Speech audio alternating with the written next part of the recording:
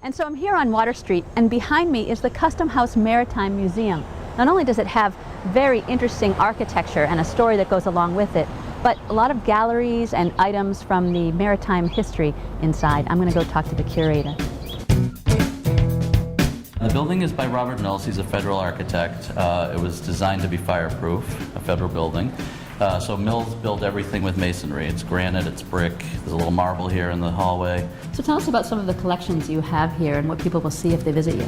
Well, we have some really interesting artifacts that have to do with the history of the town here, and of course the town's history is its maritime history.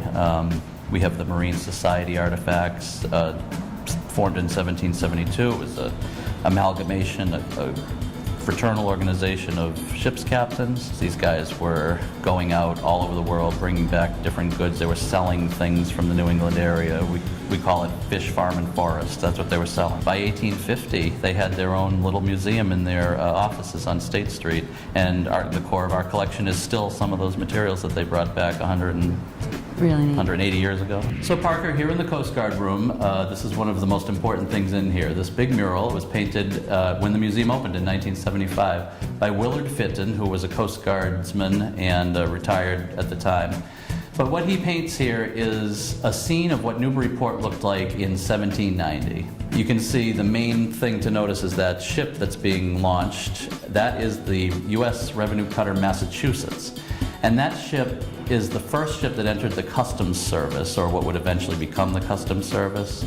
And so the Coast Guard of today traces their origins for their first ship back to that ship. That is why Newburyport is considered to be the birthplace of the Coast Guard.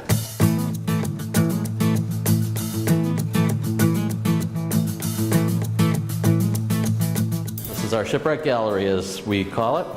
And you can see in this room the life-saving function of the modern Coast Guard, how it started. It became a federal service in the mid-1800s, and of course then it eventually becomes part of the modern Coast Guard in 1915.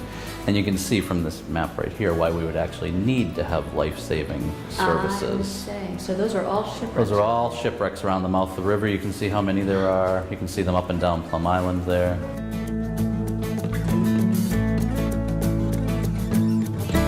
This Mosley Gallery we're going to go into. This is our big one. And this really tells the story of Newburyport in a nutshell, so to speak.